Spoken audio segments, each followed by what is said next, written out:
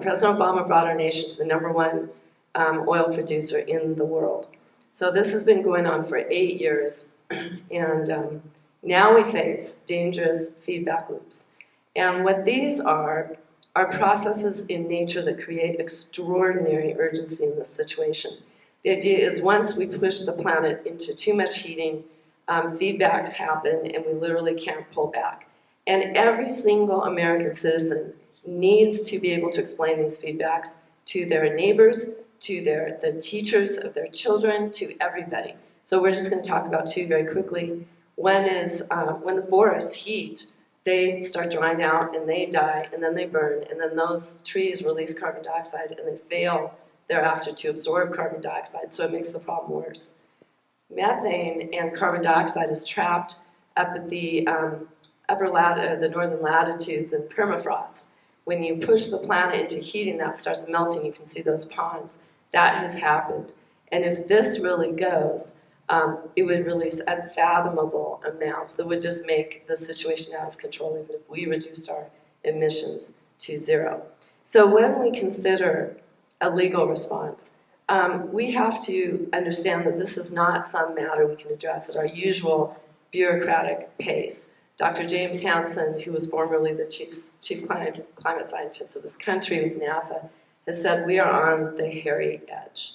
I'm going to talk later about a court in Oregon, a federal district court judge who knows all this and gets all this. And so I'll talk about a very sweeping climate ruling that happened just 4 days ago. Now, against this climate reality, we have to think about land ownership, because that's really the subject of this conference, Our Land Too. And the term ownership has kind of become a little bit warped in and of itself, because these conditions sort of mock our very concept of ownership, as when a mile-wide, tornado just vacuums up a town, or furnace hot winds put a fire in a subdivision. This was California back in 2015, or when a hurricane sweeps through. And so really within minutes or hours, dwellings can turn into just piles of toothpicks, ashes, debris, or even wash away altogether. So we don't really own property. It owns us. But what we do know is that we have traveled on sort of a different planet. We are on a different planet than we were before. Bill McKibben says we've traveled to a new planet propelled by bursts of carbon dioxide. So clearly we need new habits for this planet. We need to hunker down, pull out the sandbags, fill up the water jugs, but we also need, it seems to me, to change our conception of property law. I teach property law to first-year law students. And I say this because property law determines whether or not private owners can destroy the resources on their plot of land. The property law that has evolved in this country evolved over the course of years against abundant nature. It really evolved on a different planet, if you think about that. It is ill-suited to the conditions that we are meeting up with today. Climate catastrophe redraws all of the maps. And so now society has to kind of take property law and make do with fewer resources and try to create responsibility on every parcel. Well, what I find in reading about property law is just 2 different views of property. And I think they're expressed sort of in this picture. Aldo Leopold famously said, when we abuse land because we regard it as a commodity belonging to us, when we see land as a community to which we belong, we begin to use it with love and respect. And so in defining a vision for Our Land Too, this conference, and in thinking about those 400 million acres changing hands in the future, I think it's really useful to delve a bit into these 2 views of land itself, because we clearly have 2 competing views in this country. One is what I call the land as commodity view. The other is what I call the land as commonwealth view. And it's very clear that law can support either view, but earth can only support the latter. So let's talk about, quickly, the commonwealth view of land. I'm not sure why this is going on here. Let me go back to that one slide. I'm sorry, I apologize. We didn't want to go there. Okay. The Commonwealth view of land has aspects that were defined by writers such as Aldo Leopold, but also Wendell Berry. And basically, this view relates the parcel itself to the ecosystem of which it's a part. And it strives towards ecological balance. Leopold famously said, Athena's right when it tends to preserve the integrity, stability, and beauty of the biotic community. It is wrong when it tends otherwise. This Commonwealth view also recognizes intergenerational obligation. It kind of views the owner as a tenant for life, sort of entitled to the possession and fruits of the property, but not privileged to raid all of its natural wealth at the expense of future generations. And decades ago, President Theodore Roosevelt declared the same view at the rim of the Grand Canyon when he said, "We have gotten past the stage, my fellow citizens, when we are to be pardoned if we treat any part of our country as something to be skinned for 2 or 3 years for the use of the present generation, whether it is the forest, the water, or the scenery." He said, "Whatever it is, handle it so that your children's children will get the benefit of it."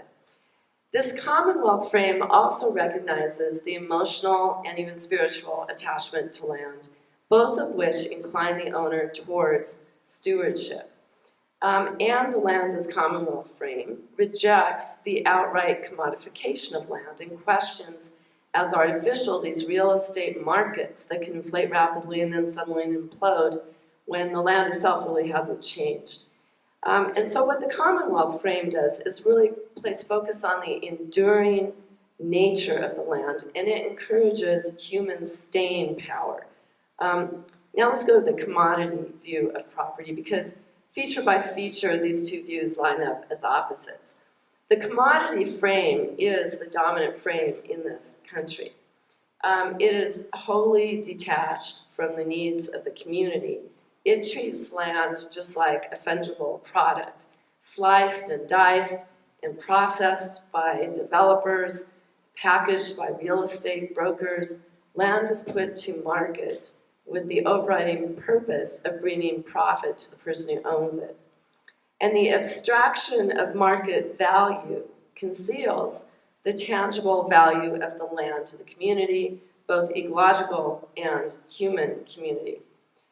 This boundary-based system uses lot lines to excuse responsibility to the broader ecological community and human community. And so parcels within the lot lines are drained and processed and bulldozed and graded and paved and replanted and chemical sprayed, machine groomed. And in the suburbs, developers will just casually eradicate entire ecosystems and replace them with very manicured types of lots. And these boundaries then almost ensure complete irresponsibility of the landowner towards the broader community. So this land frame, if you will, ignores the duty to the coming generations.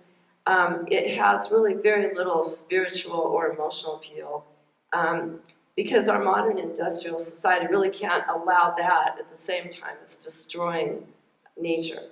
So I hope you see that these two frames of land take us in completely different directions.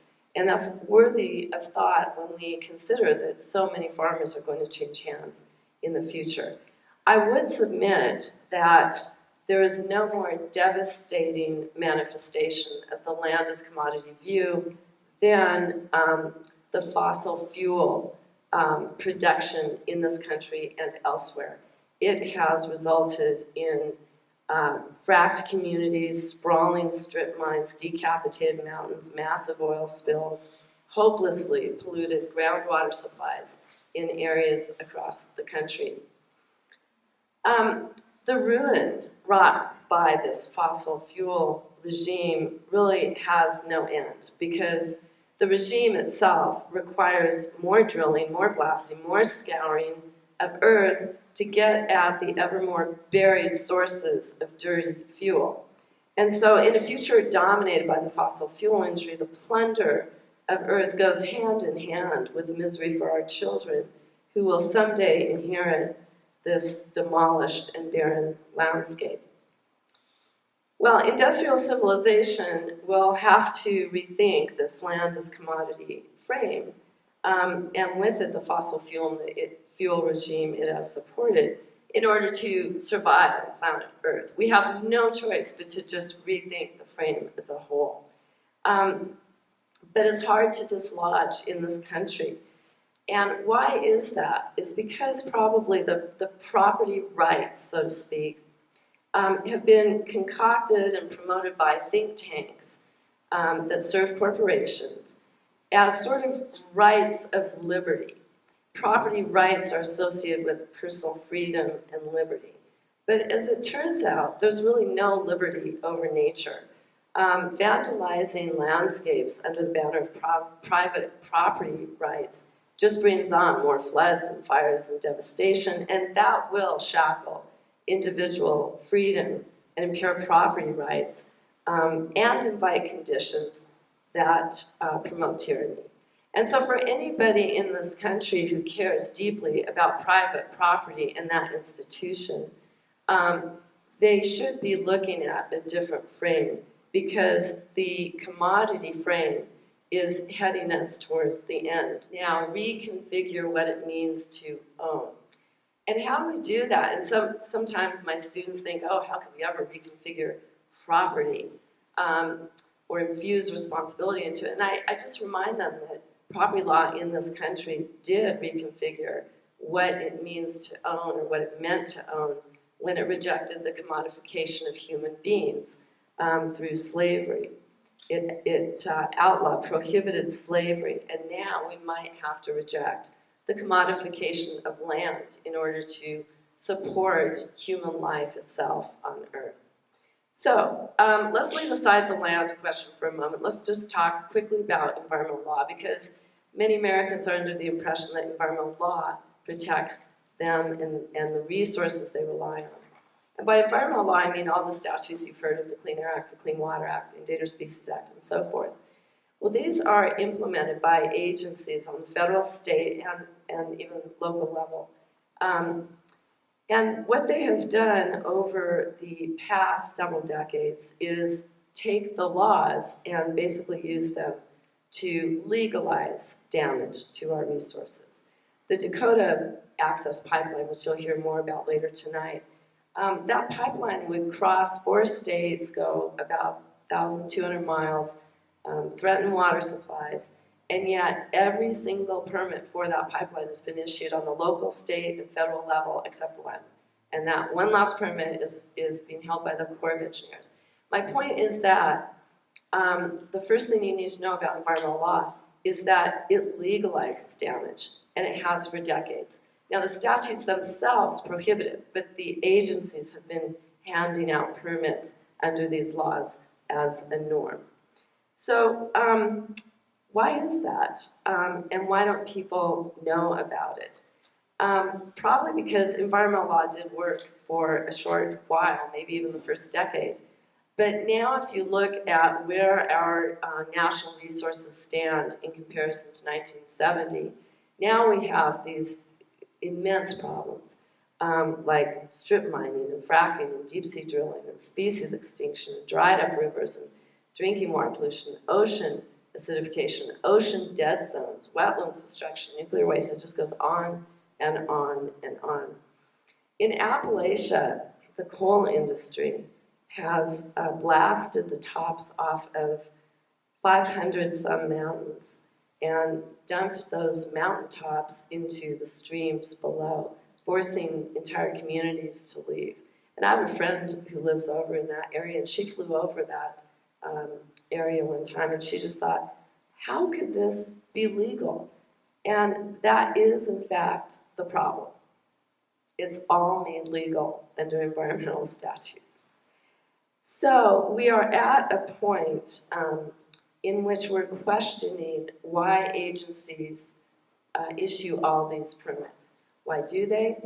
Basically because after years and years of pressure by industries, agencies can fall captive to the very industries they regulate. And when they do that, they look at industry as a client that it must serve. they forget that they are actually supposed to implement the laws on behalf of the public. Now, that's not to say there aren't good people in agencies. There are many. But the political operatives that tend to be appointed to the top ranks will look at industry as more of a client that they must serve. Environmental law was not supposed to work this way. But citizens are recognizing that agencies are abusing their discretion across the board, particularly with new fossil fuel projects.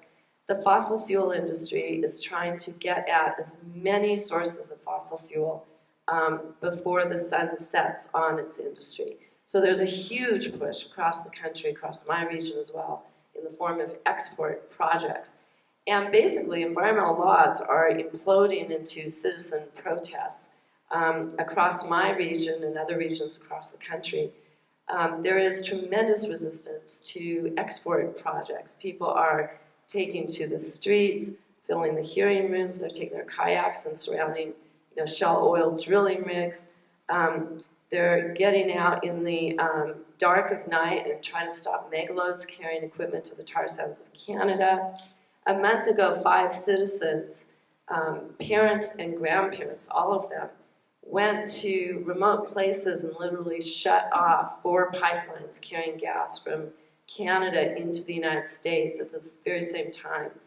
Those people are now facing 80 to 90 years in prison. So as long as we think that this fossil fuel regime is normal, we just head down the direction of runaway planetary heating. We've got to get ourselves in the mindset of just how dangerous this is. And in my region, people are rising up in a none shall pass movement saying no export facilities will go in, no oil, coal, or gas will come from the interior of America and go out through the Pacific Northwest. So, at this point, if we're looking to environmental law for a path forward, we're looking in the wrong place. We first have to understand nature's own laws. Warren Lyons, who is a wonderful tribal elder and writer, says, the thing you have to know about nature and natural law is there's no mercy, there's only law. But our environmental laws, and particularly the ones used to permit fossil fuel projects, have deviated from these natural laws, from the reality that we all face. It's kind of impossible to believe, as Elizabeth Colbert says, that a technologically advanced society could choose, in essence, to destroy itself. But that is what we are, in fact, in the process of doing. So now we're going to we've talked about land and the conception of land. We've talked about environmental law a bit. Now we're going to turn to another principle that comes from outside of law, as environmental law. And it is a very deeply embedded principle in our nation's legal system. And it's called the public trust doctrine. I'm going to talk about because I think it does summon people to fight for their heritage, to fight for the survival of their children. And also, I think it establishes a legal principle that can be used against government. What is the public trust? It bores down to legal bedrock. Its roots extend back through our country to England and back through England even to Roman law. And basically, here's the construct of the public trust. It is a public property right that the citizens hold, and government is deemed trustee of our natural assets. So all those things that are crucial to our welfare and survival, the air, the water, the shorelands, the wildlife, and so forth, those are all held in trust by government for the people. Now, a trust separates the management from the ownership. The beneficiaries of that trust are we, the people, the citizens, both present and future generations of citizens. We hold these natural assets in common as stewards for the next generation. So the trust really embraces the unassailable principle of democracy, that government's power comes directly from the people, and the people never actually give their government the power to destroy the resources that are so essential to their survival. This principle has been recognized by not only the Chief Justice of the the Pennsylvania Supreme Court, but a federal district court judge last week. In Robinson Township, a case that came down a couple years ago, it was a case that was brought against a law that allowed fracking in Pennsylvania. The Chief Justice of the Pennsylvania Supreme Court said environmental rights are constitutional in nature, they're inherent. He said all citizens have inherent and indefeasible rights that are of such general, great, and essential quality as to be ensconced as inviolate. That should really wake you up. That should make you feel pretty good, that in the United States of America, there's a judge that recognizes at some level environmental rights are inherent, inalienable, and constitutional in nature. This reasoning goes back to a landmark case decided in 1892 called Illinois Central. And in that case, the Supreme Court of the United States saw a situation it had never seen before.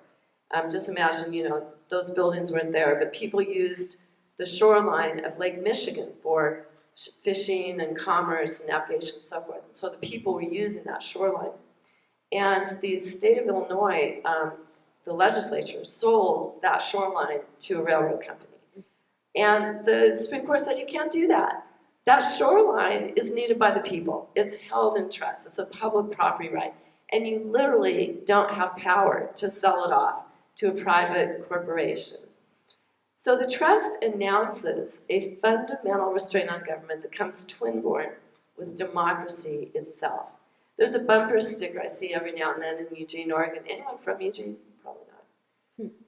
I'm sorry, you can't have my rights. I'm still using them. And the public trust is a right we've never parted with. It's a primordial right that surfaces at epic times in human history. It stands no revolutionary for our time in our crisis than the forcing of the Magna Carta on the English monarchy or Mahatma Gandhi's famous salt march to the sea. What we have to recognize today is that we too live in this epic time and we too must assert these rights. Well, as a fundamental principle of law, it forms what Gerald Torres calls the law's DNA. It creates fiduciary obligations that the government must abide by to protect the resources for the beneficiaries. And so what are these fiduciary obligations? They run through all of government and they're attached to a trust just generically. There are many, but I'm just going to point out 3. The first is that government protect and restore our trust. And this is so basic. If you had your valuable savings in a bank account, for example, you would not allow the trustee of that bank account to just give away your savings to go to someone else or to go to a trip to Hawaii to serve that trustee. The courts would enforce that. The courts would say, no, the trustee has to protect it for you. And the courts do enforce trust obligations. The second is the duty of loyalty.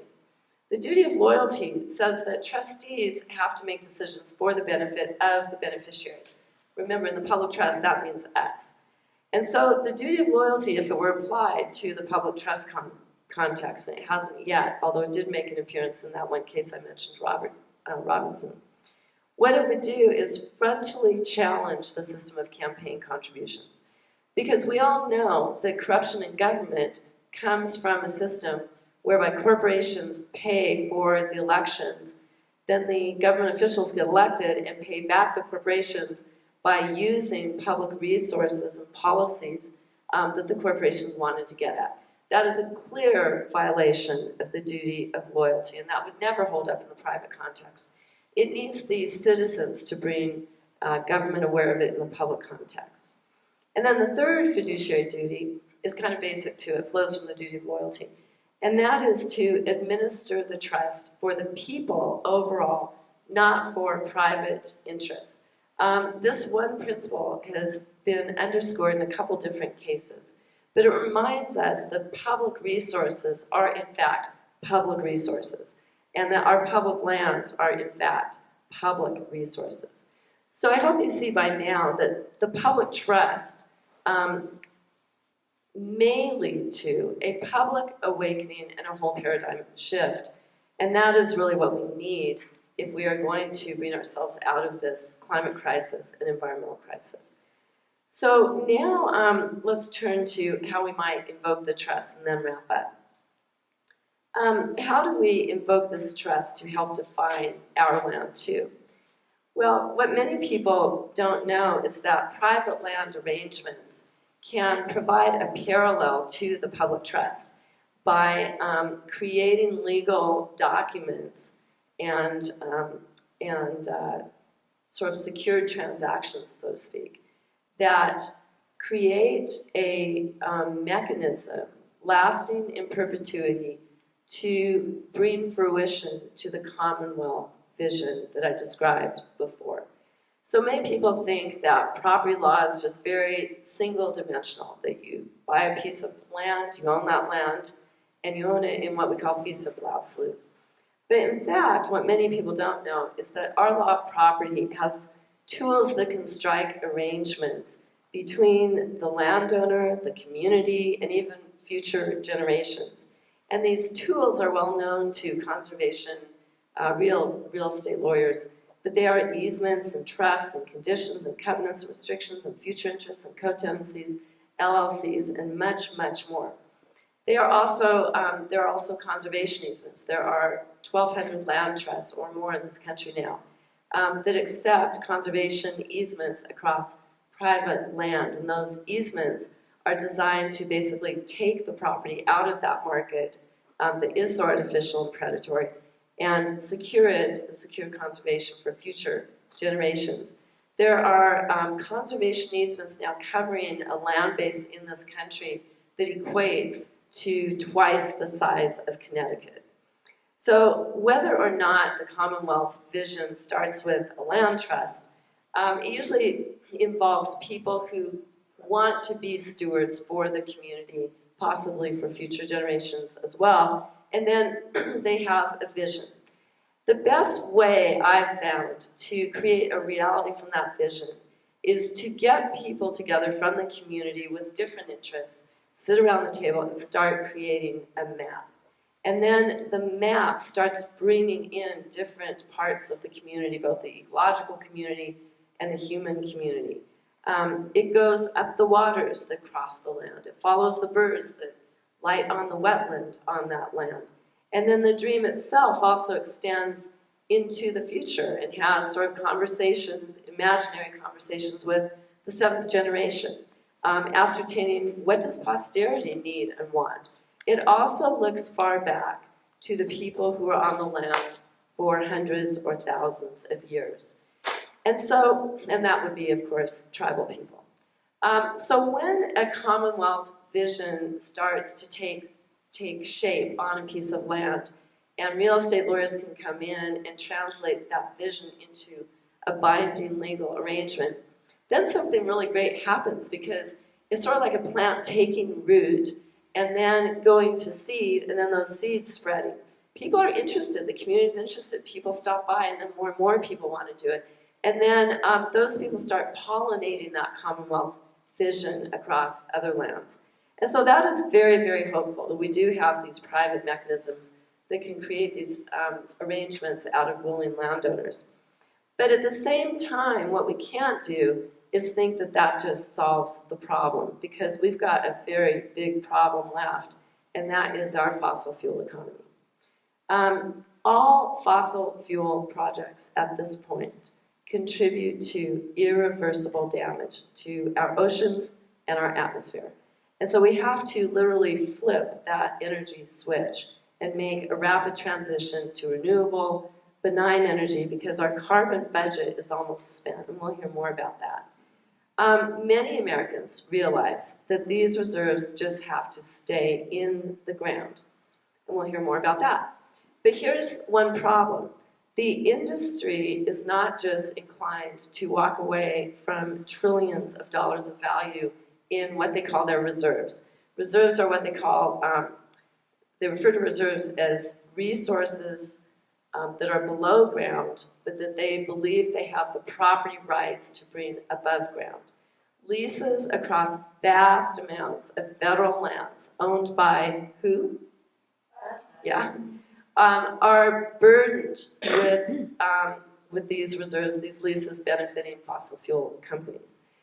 Donald Trump has pledged to lift the restrictions on the production of $50 trillion worth of American fossil fuel reserves. So, the time has come, I think, for our nation to turn to this public trust principle on public lands and keep these reserves in the ground, because the American public does own the lands. The leases held by these energy corporations are all subject to the public trust, if you consider the lands themselves as held in public trust. And so it's no longer correct, I think, to assume that these fossil fuel companies have vested property rights to all these reserves.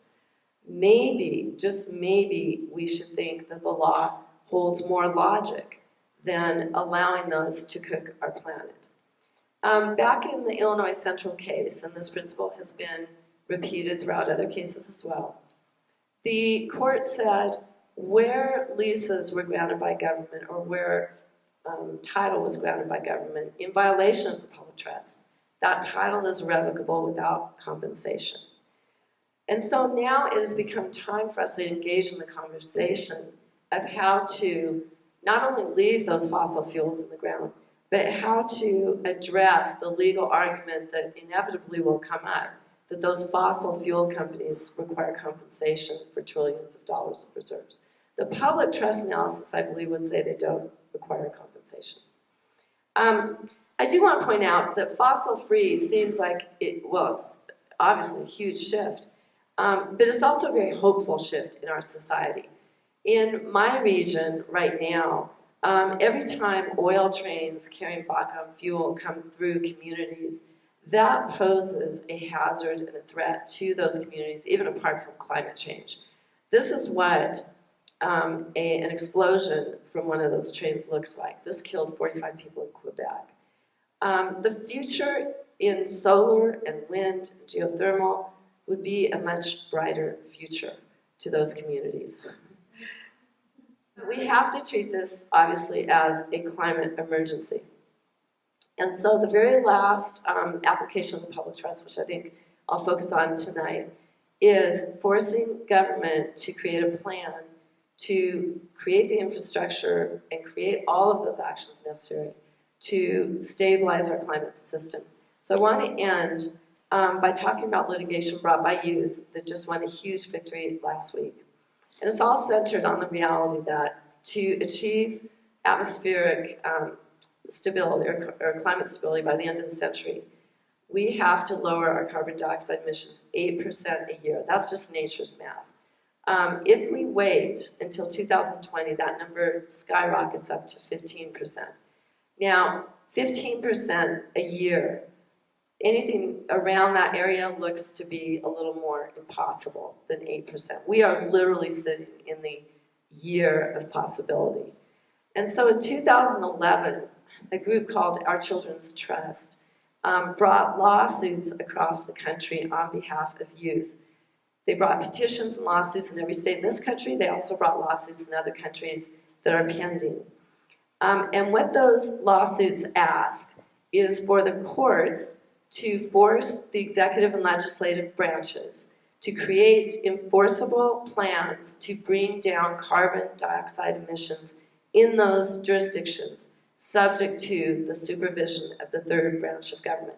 Now, many of you may not think every day about that third branch of government, but the founders put the third branch of government in our democracy for a reason, and that was to prevent tyranny from the other two branches of government and to protect the fundamental rights of American citizens.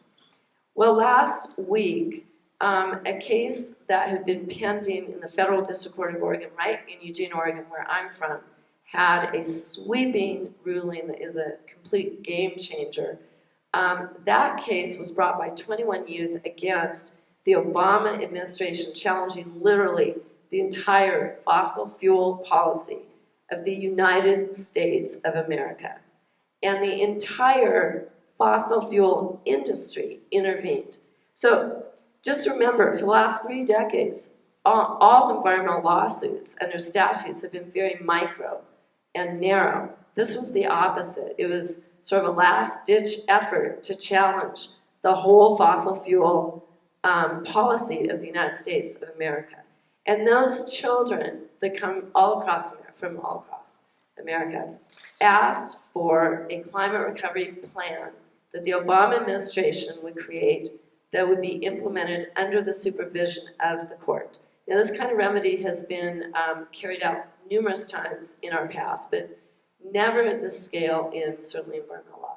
So those children, their lawyers, actually put forth two claims, two rights to support this relief. One was a public trust right. They said the federal government has a federal public trust obligation to us to protect our atmosphere that we rely upon. The Obama administration on that said no. The federal government has absolutely no federal public trust right. If the public trust exists, it exists only on the state level. The federal government has absolutely no trust duty to protect the vital resources for the future. The second was a constitutional claim. The children asserted that the U.S. Constitution, under the Due Process Clause, substantive due process, and some other clauses, protected their right to life, liberty, and property. Have you ever heard of those? Yeah. Under the Constitution? Yeah, okay, so you know. And so that the climate crisis, that the fossil fuel policy was infringing on their future rights to life, liberty, and property. On Thursday, the Federal District Court of Oregon issued a 52-page opinion absolutely affirming both rights, saying there is a federal public trust right of a constitutional character that is an attribute of sovereignty. That means the federal government just can't override it by legislation. It's part of the sovereignty itself. And that view is very well grounded, I should say, in other cases coming before, but ones that didn't involve the climate system. The second thing the court said was the citizens have a right under the substantive due process clause of the Constitution to a system that would support their survival. She said, the judge said, there is no doubt that the right to a stable climate system capable of sustaining life is fundamental to a free and ordered society. And so now, with cases teed up all across the country, more planned, and cases in other countries in the world, each asking the exact same thing, for government to rapidly make deep cuts in carbon dioxide emissions. With all those cases teed up, what the children need now for their future survival is sort of a green dominoes falling, where court cases will come out and step into this role, because it won't happen from the executive branch, certainly under the next administration, or the Congress. In closing, I'll just say that the world's probably most famous climate scientist, and formerly the chief climate scientist of this country, Jim Hansen, has said judicial relief may be the best, the last, and at this late stage, the only real chance to preserve a habitable planet for young people and future generations. Courts are finally realizing that the planet is on the docket.